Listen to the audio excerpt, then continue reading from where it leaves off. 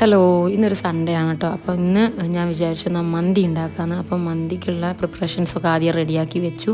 പിന്നെ മുട്ട വേവിക്കാനൊക്കെ എടുത്ത് വെച്ചിട്ടുണ്ട് കേട്ടോ. ഞാൻ വേവിച്ച മുട്ട കൊണ്ടാണ് മയോണൈസ് ഉണ്ടാക്കുന്നത്.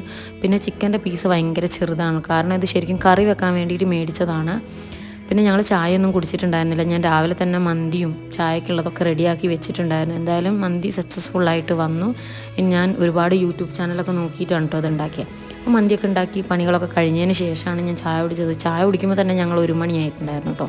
പിന്നെ ഒരു 3 മണിയൊക്കെ ആയപ്പോഴേക്കും ഞങ്ങൾ മന്തിയൊക്കെ കഴിച്ചു. മോനും കഴിക്കാൻ പറ്റുന്ന രീതിയിലായതുകൊണ്ട് അവനും നല്ലോണം കഴിച്ചു കേട്ടോ. അത് കഴിഞ്ഞ് ഞങ്ങളെല്ലാവരും നല്ലോണം ഒന്ന് കിടന്നുറങ്ങി. അത് കഴിഞ്ഞിട്ട് അച്ഛൻ്റെ പെങ്ങളെ മോളെ വീട്ടിൽ പോകാമെന്ന് പറഞ്ഞു. ഞങ്ങൾ അവിടെയൊക്കെ ഒന്ന് പോയി കുറച്ച് നേരം അവരുമായിട്ടൊക്കെ ഒന്ന് കഥ പറഞ്ഞൊക്കെ ഇരുന്നു കേട്ടോ.